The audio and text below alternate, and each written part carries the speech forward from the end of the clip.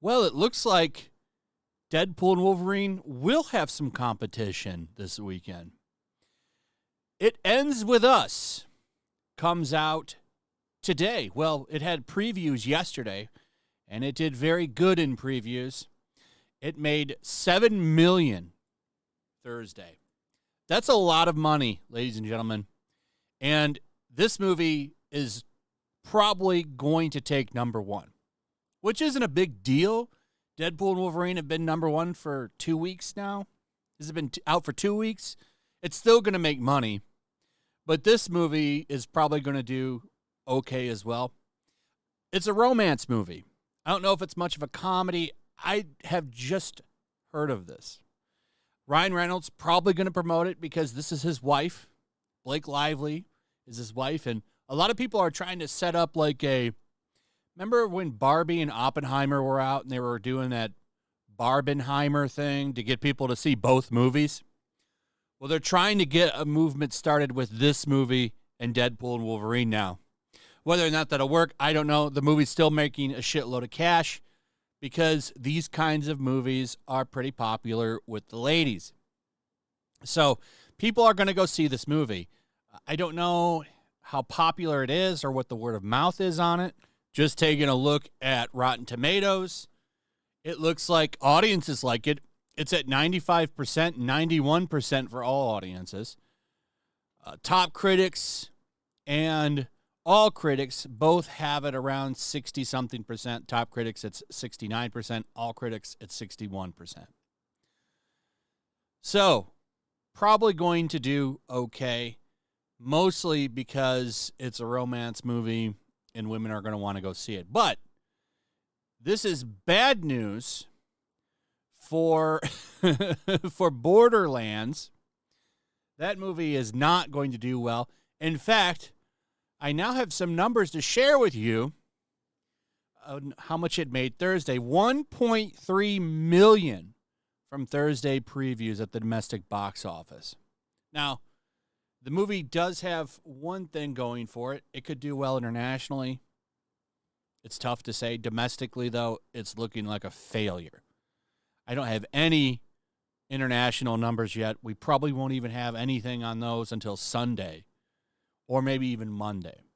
But it's not looking very good for this movie. It's so bad, in fact, that you've got the CEO of the company kind of begging people to go see it because I'm sure he knows that reception for this movie has been awful because people have been complaining about this movie for years. Fans have been complaining about the movie. They weren't sold on this the moment it went down. I remember asking about it on social media, like, hey, what's everybody's thoughts on this? Because I don't play these games, and everybody that does, and there's a lot of people that do because these are popular games, chimed in, and they didn't like the actors. They talked about how it was breaking lore. Fans don't seem happy with this movie. Grace Randolph liked it, though. So here's what he had to say. So given the film's less than stellar reception ahead of the company's Q1 2025 earnings call, IGN's Rebecca Valentine sought to press the aforementioned CEO as to whether or not success or failure of the live-action Borderlands would have any impact on Take-Two's overall operations. In turn, the exec asserted, let's give the film a chance. A lot of people worked really hard on it, he explained. The underlying intellectual property is phenomenal. The cast is amazing. I think the look and feel is really terrific. So let's see what audiences have to say. But to answer your question, no, the performance of the film wouldn't have a financial impact on us or the franchise one way or another. End quote. So there's a couple things in here that I just want to go over. Number one, first off, people worked really hard on it. Sure. People work really hard on every movie. Guess what? They already have been paid. They get paychecks regardless, especially the people that are in the crew and, executives surrounding it. They already have their money.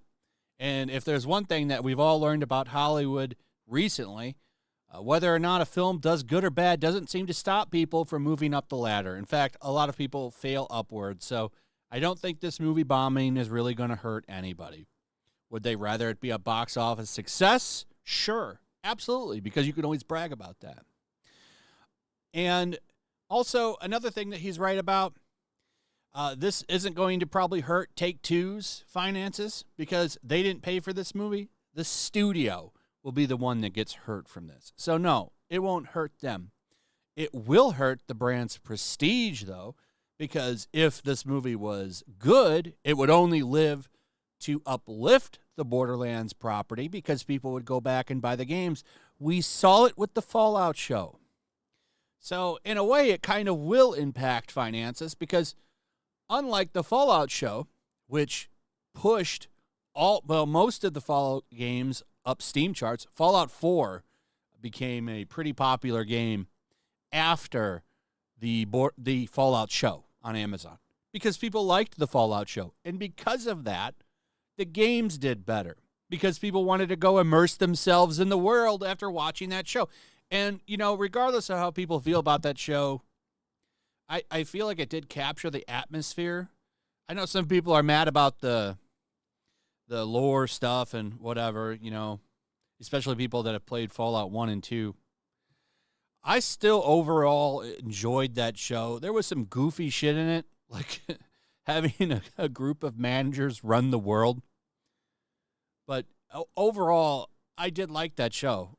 I didn't think it was amazing, but I didn't hate it. I just enjoyed it for what it is. Doesn't sound like people are able to do that with this show or with this movie. I'm kind of curious to how bad it really is, to be honest. How bad is this that both audiences and critics hate it? Also, this guy talking about giving the movie a chance. Why wasn't this guy more involved with the making of the Borderlands movie? Why wasn't somebody like the director of one of the games or something involved in this? Letting that guy just run off and do whatever he wants and copying and pasting different characters from different games. Because so correct me in the comments if I'm wrong, but from what I understand, one of the critics of this was talking about the lore, and the two of the characters shouldn't even be interacting because of different time periods or something, or different locations. So that's kind of strange. Like, why wouldn't you at least try to make this follow the lore? Why not have a bunch of original characters or just tell the story of the first game and then do the second one? You could have done that too. But they chose to take it in this different direction, which doesn't look like it's going to help them at all. So the shit show around this movie is a self-inflicted wound. You should have taken more care of your property. Because if this movie had done better, yeah, sure, probably not going to impact them very much financially. At least the game studio, the movie studio, yeah, they're going to get hurt from this because they paid for it. But if this movie had done well, it would have uplifted the value of your brand here, and that sells more merchandise and gets people to want to go back and play the games, which are still pretty active. There's still quite a few people playing all three Borderlands games. Go check the Steam numbers. So it's wild to me that they wouldn't take proper care of this. Anyway, looks like Blake Lively's movie, her romance movie, is going to jump up to number 1. Deadpool and Wolverine will probably go number 2. And then, hell, I don't even know if Borderlands hits number 3. With these kind of low numbers, only 1.3 million on Thursday's box office. That's bad. This movie might be a catastrophic flop. It might only make $20 million domestically. If that happens, that is really bad. So we shall see what happens. Let me know what you guys think about all of this in the comments. Also, if you would, please like, subscribe, share the video. Make sure you're still subscribed. Hit that notification bell.